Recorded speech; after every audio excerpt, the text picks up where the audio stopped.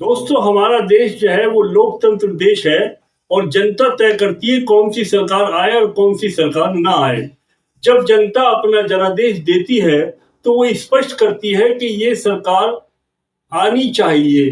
परंतु जब जनता के अनुकूल सरकारें नहीं आती हैं तो जनता ये समझती है कि लोकतंत्र की हत्या हुई है।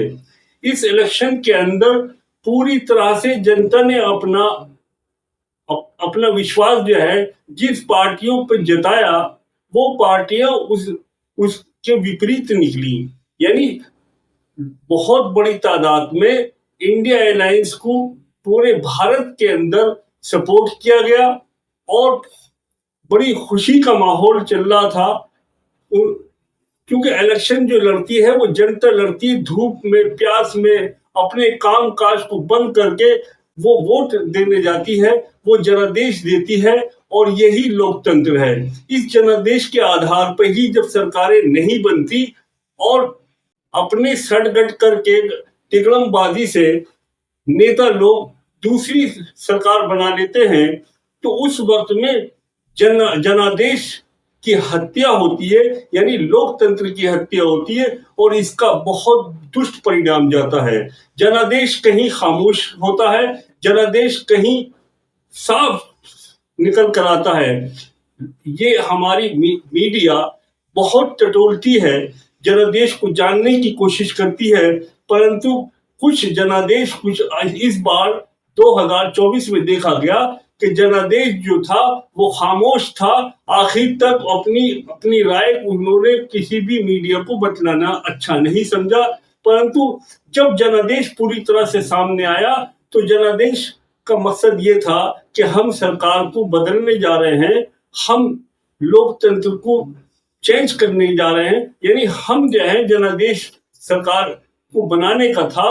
यानी ये जो सरकार है ये सरकार हमें पसंद नहीं है, हम दूसरी सरकार को चाहते हैं। और ये आखिर तक माहौल बना रहा पूरे हिंदुस्तान के अंदर कि अब एक नई सरकार का उदय होगा और नई उम्मीदों का उदय होगा। जिस तरह से इंडिया एयरलाइंस ने 8,500 रुपए गरीब महिलाओं को देने का वादा किया, जैसे इंडिया एयरलाइंस ने 1 लाख रुपए पूरे साल में गरीब महिलाओं को देने का वादा किया, जैसे इस सरकार ने अग्निवीर योजना को खत्म करने का वादा किया।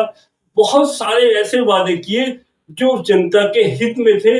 उसी के आधार पर जनता को एक उम्मीद जगी और जनता ने अपना जनादेश दे दिया। लेकिन जनता जब मायूस हो गई कि जब जनादेश के अनुकूल सरकार नहीं बनी बल्कि तिकड़मबाज नेताओं ने दूसरी सरकार का गठन किया, जिससे जनादेश देने वाले वोटर्स को मायूसी का सामना करना पड़ा।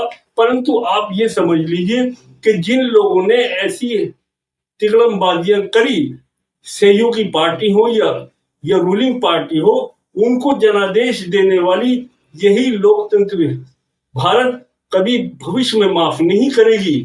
अब जनादेश देने के बावजूद भी वो सरकार उनके अनुकूल नहीं बनती है तो ये सरकार के अंदर, जनता के अंदर इसका मैसेज बहुत गलत जाता है। यानी जनादेश के अनुकूल अगर सरकार बन जाती है तो जनता इस बात को मानती है कि ये लोकतंत्र देश है और जैसा हमने चाहा वैसे ही हुआ। परंतु ये मौका परस्त नेता, दल बदलू नेता अपने फायदे को लेकर, अपनी सीटों के लालच को लेकर, अपने मंत्रालयों को देखकर कि हमको ये बड़े बड़े मंत्रालय मिल जाएंगे, यानी जनादेश को तो उन्होंने एक तरफ डाल दिया और अपने फायदा को उन्होंने एक तरफ सोचा।